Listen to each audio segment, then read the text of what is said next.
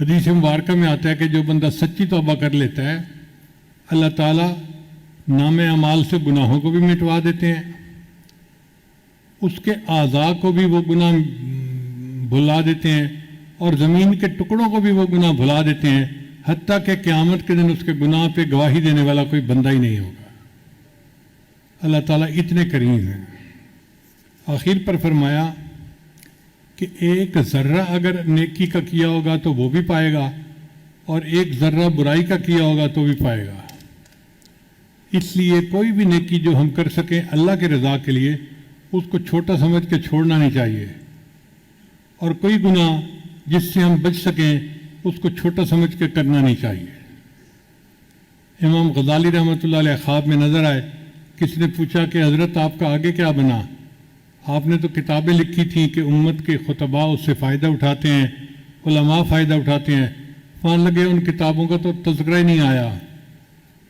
میں ایک مرتبہ حدیث لکھ رہا تھا تو میں نے اپنی قلم دوات کے اندر ڈالی، جب میں لکھنا چاہا تو ایک مکھی آ کر اس کے اوپر بیٹھ گئی، تو میرے دل میں خیال آیا کہ یہ مکھی پیاسی ہے، مجھے تھوڑا رکنا چاہیے، یہ اپنی پیاس بجھا لے۔ تو میں نے ایک لمحے کے لیے اپنے ہاتھ کو روک لیا، مکھی اڑ گئی، مکھی کی پیاس بجھانے پر اللہ نے میرے گناہوں کی مغفرت فرما دی۔ کتنا چھوٹا سا عمل ہے، اللہ اس پر بھی مغفرت فرما دیتے ہیں۔ مجھے بچپن میں والد صاحب ایک واقعہ سنایا کرتے تھے کہ ہمارے قریب میں ایک ذمہ دار تھے، وہ شیخ بھی تھے، نیک آدمی تھے، اور ان کا بڑا فیض تھا۔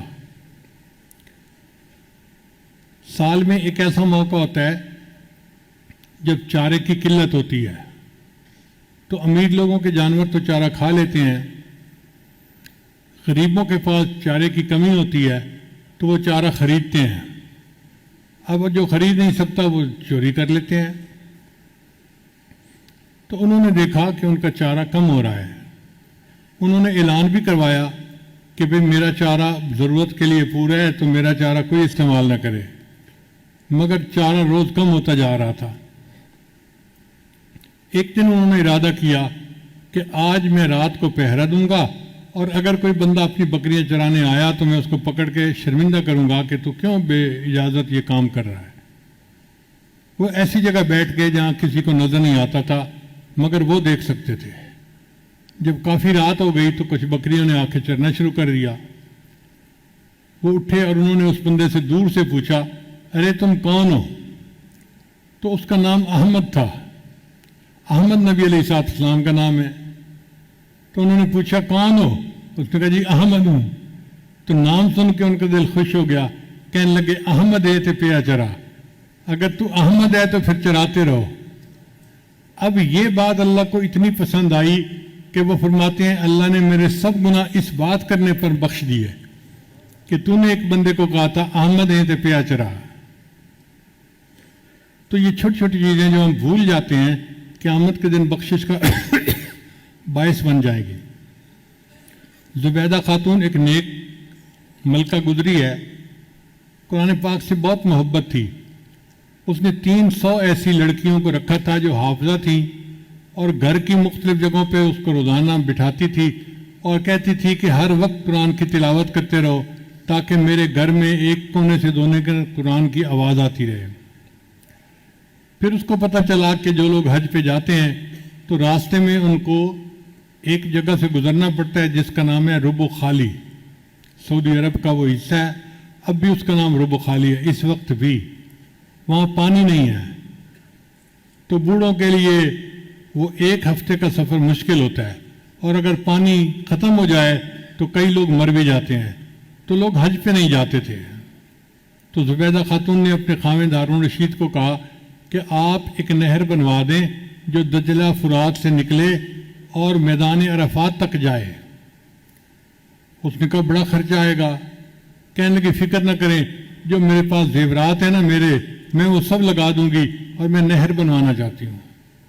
خیر وہ نہر بن گئی اور لوگوں کے لیے آسانی ہو گئی، لوگ بڑے خوش۔ اب ہر بندہ سمجھتا تھا کہ زبیدہ خاتون کی بخشش تو اس نہر کی وجہ سے ہو جائے گی۔ زبیدہ خاتون کی وفات ہوئی، کسی کو خواب میں نظر آئی، اس نے پوچھا کہ ملکہ آگے کیا بنا؟ آپ نے تو بڑے کام کیے تھے، آپ کی تو بخشش ہو گئی ہوگی، آپ نے تو نہر زبیدہ بنوائی تھی، فلاں کیا تھا فلاں کیا تھا۔